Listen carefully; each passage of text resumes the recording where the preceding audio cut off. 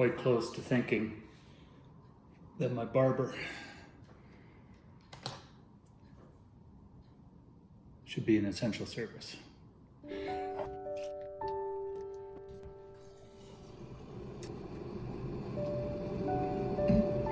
seems strange to me that we live in a world today that we're so connected, yet it's become harder to express opinions and thoughts.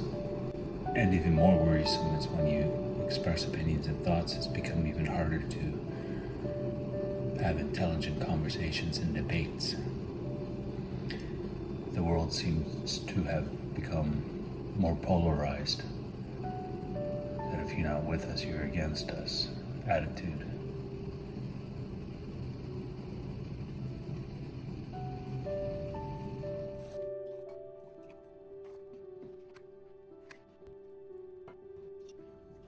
Almost like the idea of confirmation bias, that if you only follow and read and hang out and converse with people that have the same point of view with you, then that's the only point of view that will be there, and you don't have to worry about anybody else's views or opinions. I guess the world would seem a little perfect then.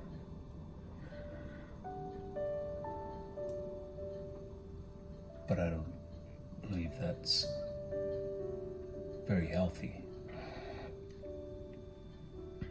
I believe that it's important for people to have different points of view, different understandings, and where we all live different lives. That's going to happen more often than not. When my son was little, I always took the attitude that I never wanted to shelter him from the world. I wanted to teach him how to live in it. I never said he can't touch or use a knife because it's dangerous. I taught him how to use a knife properly. How do you teach your kids to not cut themselves when we haven't entirely learned it ourselves yet either?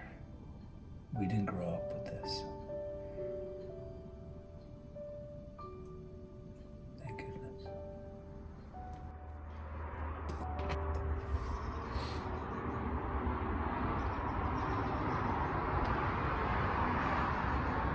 I'd been asked several times if I'd consider running for city council. I've been mistaken for a politician several times. I don't know either. One of the things that I've learned to appreciate in my own life is that I have very strong opinions. And when I believe in something, I believe in it wholeheartedly. And over the years, I've also come to realize that sometimes I was wrong.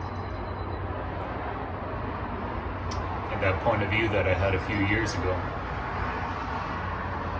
that I believed in, wasn't quite as accurate as I thought it was at the time. I guess that's what we get with the luxury of time.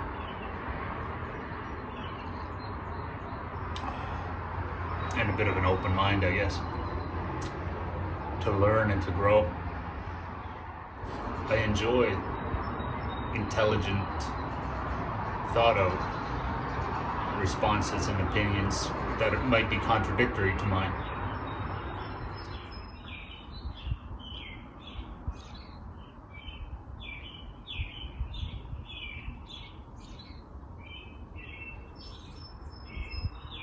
Love those birds. It's not that I'm necessarily being critical of those people. I'm just maybe trying to figure them out, because they don't always make sense to me. Just as my observations of other people, I also observe myself and see my own shortcomings and try and learn from them. If we could learn from our mistakes and other people's mistakes, and every day work to be a little bit better, and maybe a little more understanding of other people's points of view. My son's mom and I, before we separated many years ago, we went to therapy. We worked at it for several years, and at one point, the therapist looked at me and for a long second, and then just kind of shook her head a little bit, and she says, "Roy, you are a very poor communicator." And then she looks at my son's mom and says, "That means you need to listen more." And I was like, yes, that's right. You want to try and listen more than you talk. So when you're talking with somebody, listen to understand their point of view rather than listening to shape your own opinion, your own comeback and what you're going to say next. That's why I love editing, because I could sit here and talk for 20 minutes and then edit my point out of that whole 20-minute conversation into 1 minute. So I said, okay, this is what I said for 20 minutes, but this is what I meant. Here's the cliff notes.